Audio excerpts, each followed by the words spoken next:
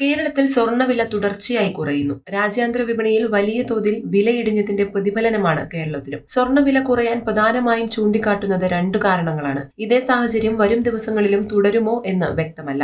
വെള്ളിയാഴ്ച ചില സുപ്രധാന തീരുമാനങ്ങൾ വിപണി പ്രതീക്ഷിക്കുന്നുണ്ട്. ക്രൂഡ് ഓയിൽ വിലയിൽ കാര്യമായ ഉയർച്ച വന്നിട്ടില്ല. അതുകൊണ്ട് തന്നെ ഇന്ത്യൻ രൂപ ഇടിയാതെ നിൽക്കുകയാണ്. ഇന്ത്യൻ രൂപ കരുത്തു കൂട്ടിയാൽ സ്വർണ്ണവില ഇനിയും താഴും. രാജ്യാന്തര വിപണിയിൽ ഡോളർ കരുത്തു വർദ്ധിപ്പിച്ചിട്ടുണ്ട്. മാത്രമല്ല, സ്വർണ്ണക്കട്ടികൾക്ക് 39% താരിഫ് ചുമത്തുമെന്ന റിപ്പോർട്ടുകൾ ട്രംപ് തള്ളിയതും വിപണിക്ക് ആശ്വാസമായി. കേരളത്തിൽ 22 ക്യാരറ്റ് സ്വർണം ഗ്രാമിന് 9,295 രൂപയാണ് ഇന്നത്തെ വില.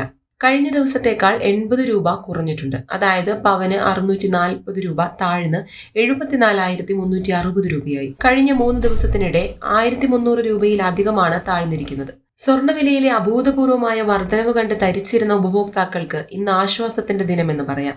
അതേസമയം ആഭരണത്തിനു വേണ്ടി കൂടുതൽ പേർ ആശ്രയിക്കുന്ന 18 ക്യാരറ്റ് സ്വർണം ഗ്രാമിന് 65 രൂപ കുറഞ്ഞ് 7,630 രൂപയായി. 14 ക്യാരറ്റ് സ്വർണം ഗ്രാമിന് 5,960 രൂപയിലെത്തി. 9 ക്യാരറ്റ് സ്വർണം ഗ്രാമിന് 3,820 രൂപയായി. അതേസമയം വെള്ളിയുടെ വില 1 രൂപ കുറഞ്ഞ് ഗ്രാമിന് 123 രൂപയായി. രാജ്യാന്തര വിപണിയിൽ സ്വർണ്ണവില ഔൺസിന് $3,354 ഇടിഞ്ഞു.